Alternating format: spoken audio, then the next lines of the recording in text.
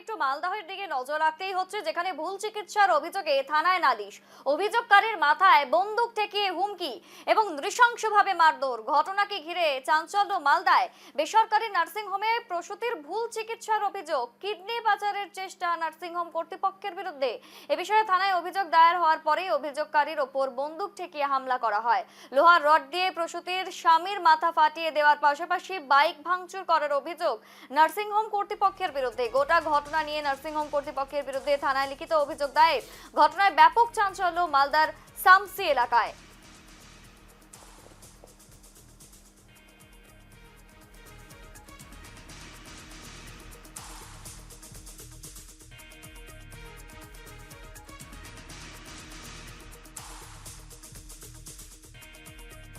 এই হামলার মূলত কারণ হচ্ছে যে ও যেটা কেস করেছিল, তো বাকি তিনজনের অলরেডি বেল হয়ে গেছে, কিন্তু নার্সিংহোম মালিক এবং ডাক্তার এখন পর্যন্ত বেল হয়নি। তারা সবাই মিলে বেশ কিছুদিন যাবত ওর বাড়িতে হুমকি পাঠায়। নার্সিংহোম মালিকের শ্বশুর এবং ওর আরও জামাই দেওয়া আর কেউ ওর বাড়িতে, শ্বশুর বাড়িতে হুমকি পাঠায় যে কেসটা উঠিয়ে নিতে, নইলে ওর বউয়ের কিডনি বের করার চেষ্টা হচ্ছিল, তো ওর কিডনিটা হয়তো বের করবে বা ওকে রাস্তায় যেখানে পাবে সেখানেই মার্ডার করবে। কিন্তু ও কেসটা তুলেনি, তার জন্য আজকে ওকে রাস্তায় পেয়ে ও যাচ্ছিল রাস্তা দিয়ে, ওইখানে ওকে ধরে ওরা মেরেছে এবং ওর মাথায় বেশ আঘাত হয়েছে, হাতটা কেটে দিয়েছে। মাথায় হেলমেট ছিল বলে মাথাটা বেঁচে গেছে অনেকটাই। কি দিয়ে মারধর করা হয়? সেটা বাঁশ দিয়ে মারধর করা হয়।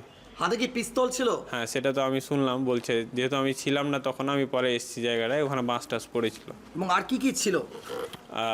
বাঁশ দিয়ে মারা হয়েছে মূলত, এবং ওই বাঁশ দিয়ে পিঠে মারা হয়েছে, আর হাতে ব্লেড দিয়ে কাটা হয়েছে হাতটাকে। জানবো এ বিষয়ে বিস্তারিত, আমাদের সঙ্গে তনুজ জুড়ে গিয়েছে। তনুজ, ভুল চিকিৎসার অভিযোগ, থানায় নালিশ, অভিযোগকারীর মাথায় বন্দুক ঠেকিয়ে হুমকি, নৃশংসভাবে মারধরের যে ঘটনা, এই ঘটনায় পুলিশি তদন্ত এখন কতদূর এগিয়েছে? যারা অভিযোগ করছে তারা আরো কি জানাচ্ছে?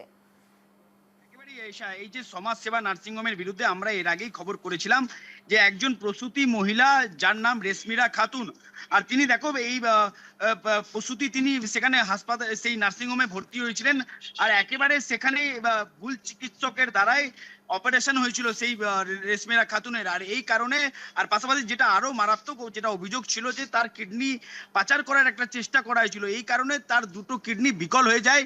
আর সেই জন্য সেই কারণে তারা লিখিত অভিযোগ দায়ের করেছিল প্রশাসনের কাছে।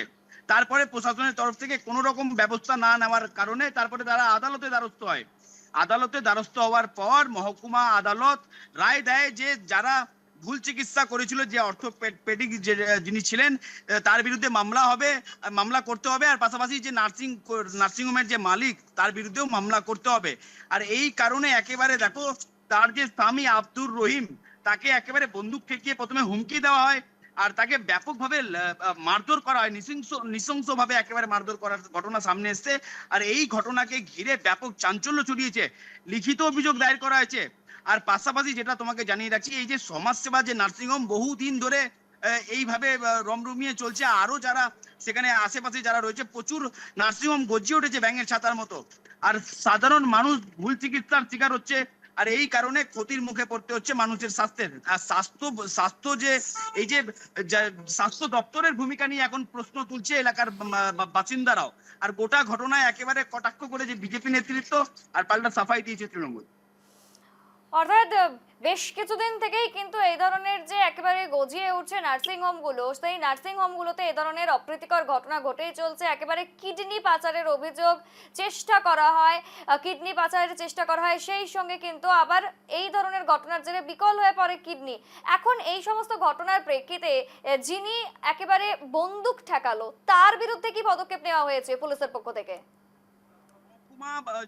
মহকুমা আদালত থেকে যেটা রায় দেওয়া হয়েছিল যে নার্সিংহোম যে মালিক, তার বিরুদ্ধে মামলা করতে হবে, পাশাপাশি নার্সিংহোম যে আছে সমাজসেবা নার্সিংহোম, সেই নার্সিংহোম সিল করতে হবে।